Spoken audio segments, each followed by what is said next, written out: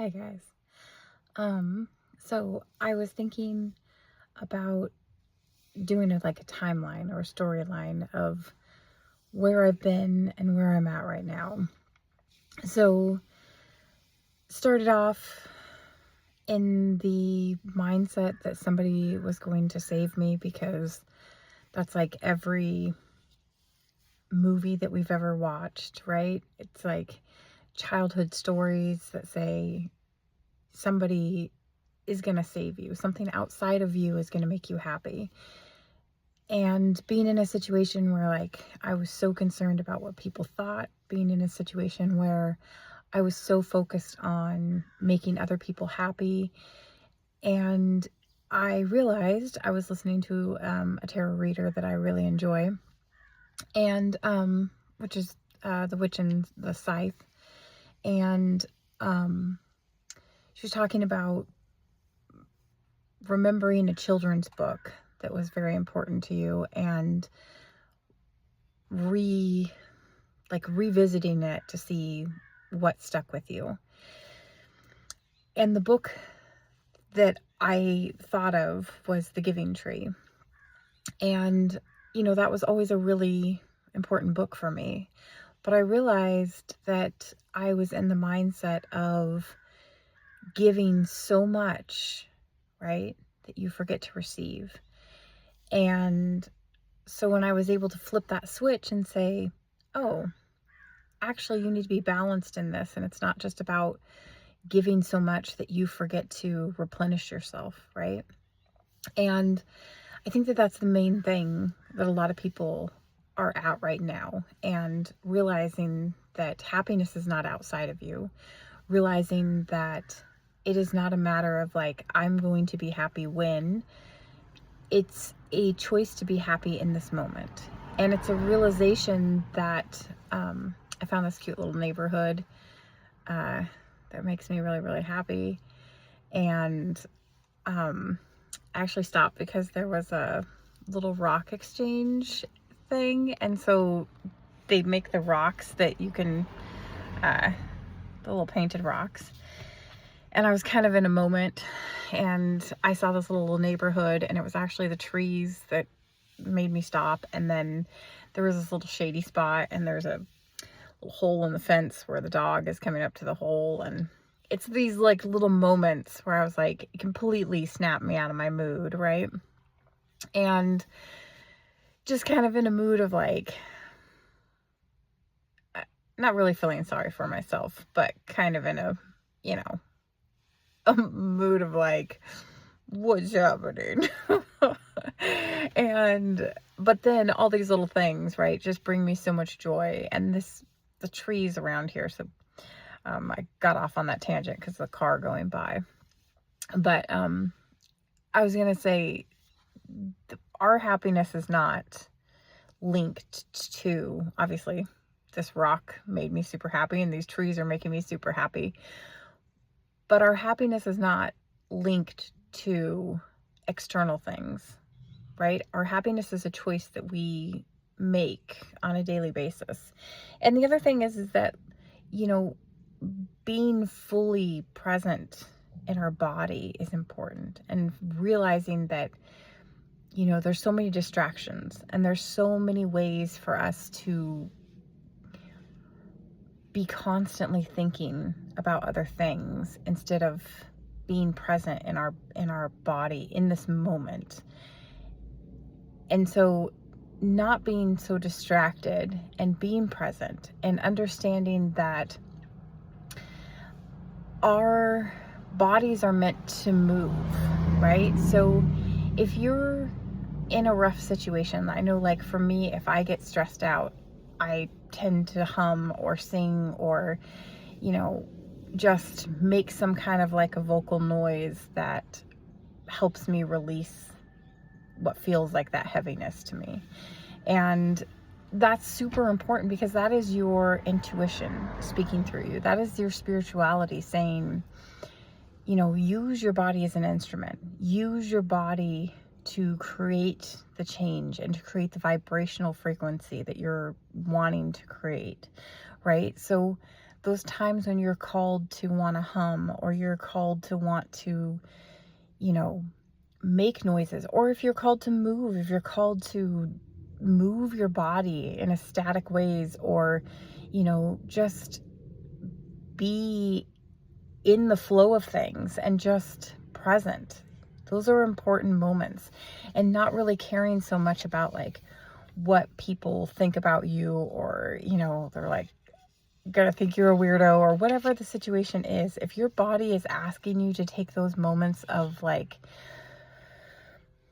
presence, there's a reason for it.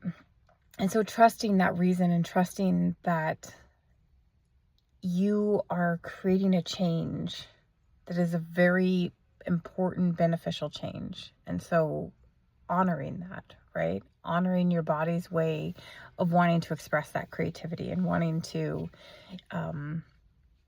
just change that vibe that you have. And the other thing is like, remembering that we are whole. We are not broken. We are not needing somebody to fix us. We are not waiting. Again, we're not waiting for external things to bring us happiness or bring us joy, or, you know, I'll be happy when I am out of debt, or I'll be happy when I'm, you know, whatever the case is. It's like, we need to make those choices to be happy in these moments, and realize that like we are our own saviors, right? We are the ones that are coming to save us. And honoring that, and being with ourselves, being in that stillness, being in that presence, being in that understanding that every choice that we make is going to lead us to where we want to be, right? So one thing that I've started working on lately is being very cautious of what comes after when I say I am. Instead of saying like, I am, you know, whatever, tired, run down, poor, whatever the I am that you're thinking. I've been very, very cautious lately about listening to what that next thing is going to be. And if I feel like that next thing that I'm going to say is not where I want to be, then I've been very focused on changing what my I am is, right? Because we are all divine, and we all have sovereignty, and we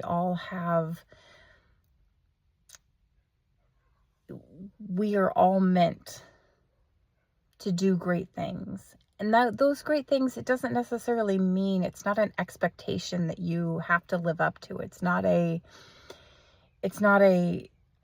I have to accomplish something, and like a drive to force something to happen. Just by you being present, and just by you being your beautiful selves, you are creating something beautiful. You are the chord in the music. You are the stroke in the artist painting. You are a beautiful living piece of art. And understanding that you don't need to do anything. You don't need to accomplish anything. You don't need to strive to be something of greatness. You are greatness. Okay? You are greatness. And so being present in that moment, being gentle with ourselves, honoring ourselves, being in stillness, listening to ourselves. But like I said, the one thing that I'm really focused on lately is my I am comments. So when I'm talking and I say like, oh, I am, and then I stop and I think, what am I? And is my response going to be one that actually fits the direction that I want my life to go? And if not, then what do I need to do to fix that I am? Because I think that's a really key part in this whole process, is understanding that each word that we speak is a seed that we're planting. And what do we want our future to grow into? What do we want those seeds to become? What kinds of vibrations do we want those seeds to grow with? You know what I mean? And if we are focused on just coming from places of the heart and focused on making sure that our words are those of love and those of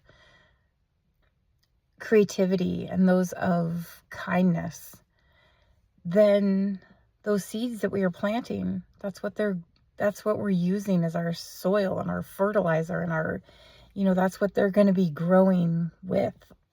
I don't know why my throat always gets so closed up, like right when I'm like getting to a point.